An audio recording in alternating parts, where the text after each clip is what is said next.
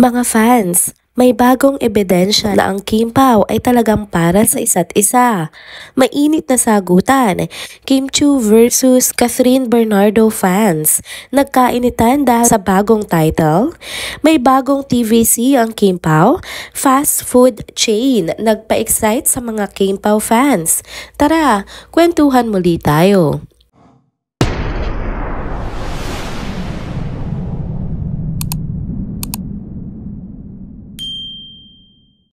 Hello mga ka-trenders! Welcome back muli sa ating channel.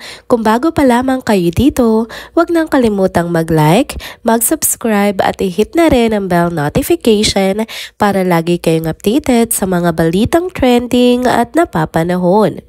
Happy Wednesday muli mga ka-trenders! Balik na naman tayo sa ating chikahan para maghatid ng fresh at nakakakilig na updates. At syempre, sino pa nga ba ang patuloy na nagpapainit ng eksena sa social media? Walang iba kundi ang solid Kim Pao fans na ayaw paawat sa pagpapasabog ng kilig. Kung akala nyo tapos ng trending tungkol kina Kim at Paolo mula sa kanilang sunod-sunod na mall tours, nagkakamali kayo. Dahil this time, may ibang flavor ang pinapakulo ng mga fans. Isang major throwback sa mga iconic at memorable moments sa kanilang mga lodi. Maraming Kim Pao supporters ang nagbahagi ng dating projects, interviews at photos ni Kim at Paolo. Isa sa mga unang lumutang sa social media ay ang classic TVC ni Kim para sa isang sanitary napkin brand kung saan nagmistulang beach goddess siya sa tabing dagat habang pinagpapasikatan ng mga boylet na naka-jet ski. Literal na main character energy kaya hindi na nakapagtataka kung bakit maraming Kim Pao fans ang muling na in love sa kanyang effortless charm. Hindi rin nagpahuli ang isang throwback interview ni Kim kay Kris Aquino kung saan napag-usapan ang kanyang dream wedding. Dito ibinahagi ni Kim ang pangarap niyang maging isang prinsesa sa kanyang kasal na syempre agad pinagtagpi-tagpi ng mga fans sa ideya na baka si Paolo na nga ang kanyang Prince Charming sa totoong buhay. Bukod pa dyan, may mga solid Kim Pao din na nagbalik tanaw sa mga iconic moments ni Kim noong PBB days. Mula noon pa lang kasi, kilala na siyang promotor ng good vibes at saya na siyang dahilan kung bakit hindi siya nakakalimutan ng mga loyal fans niya hanggang ngayon. Samantala, hindi rin nagpahuli ang mga fans ni Paolo. Naglabasa ng mga throwback photos ng kanyang Totoy days, pati na rin ng mga nagawa niyang commercials at ad projects noon. Kung noon ay boy next door heartthrob si Paolo, ngayon naman ay isang tunay na leading man na talagang bagay na bagay kay Kim Chiu. At dahil nga hindi nawawala ang kilig factor, may ilan pang sumasawsaw sa usapan at sinasabing tila destiny talaga ang pagiging close at pagiging magka-love team ngayon ni Kim at Paolo. Kung tutuusin mula sa kanilang respective careers noon hanggang sa biglaang pagsasanib puwersa nila ngayon, parang may universe talaga na nagtutulak sa kanila na magtagpo at magkasama.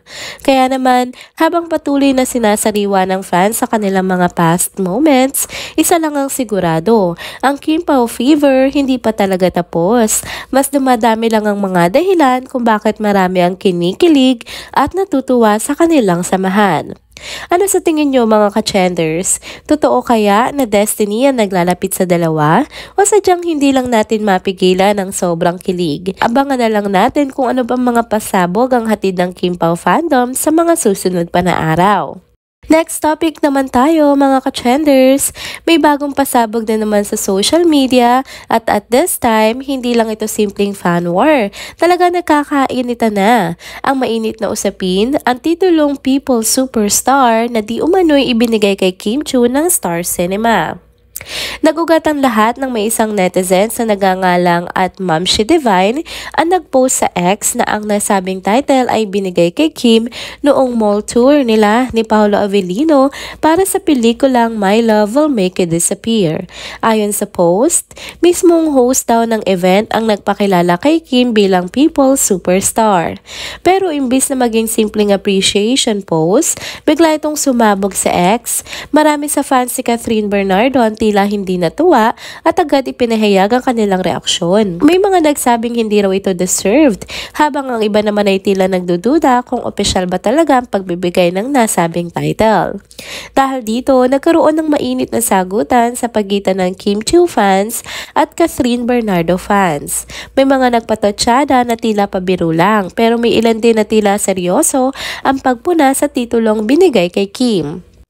Isang netizen pa nga nagsabi na quote and unquote, nge, superstar, gising ka, baka nananaginip ka. Abutin niyo muna 2 billion movie niya, ha ha ha, na malinaw na patama sa box office success ni Kathryn.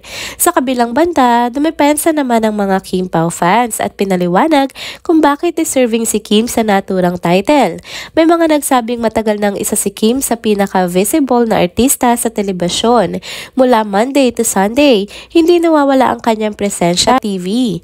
Bukod pa rito, binigyan din ng ilan ng pagiging humble at matulungin ni Kim, lalo na sa charity works at sa kanyang pagiging totoo bilang isang artista.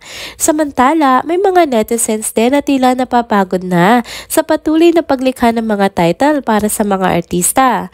May isang nagkomento pa ng quote and unquote, may silent superstar, may people superstar, ano pa ang susunod me? Kung anek-anek na lang naiisipin na title ng ABS, true.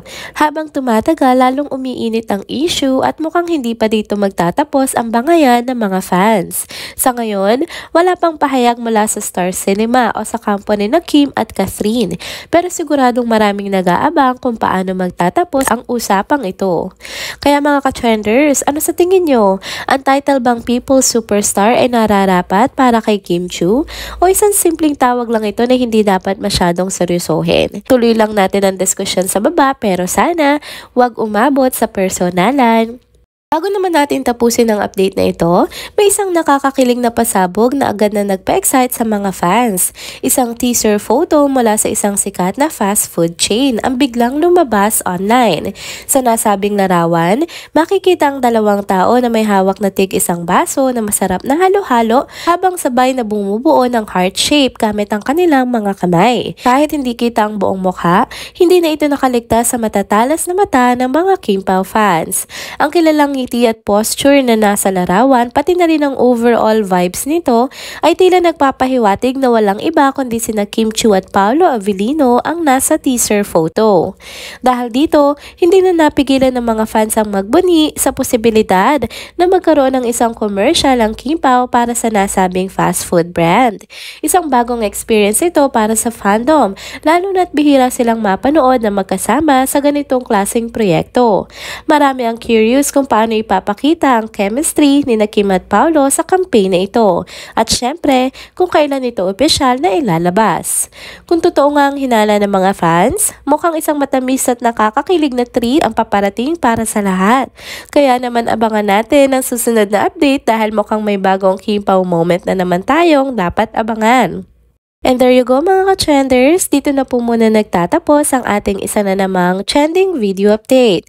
Salamat sa inyong pagsubaybay at pagsama sa akin hanggang sa dulo ng video na ito. Pero bago kayo umalis, huwag niyo pong kalimutang mag-like, mag-comment, mag-subscribe at i-hit na rin ang bell notification para lagi kayong updated sa mga balitang trending at napapanahon. Kita-kits sa susunod na video. Paalam!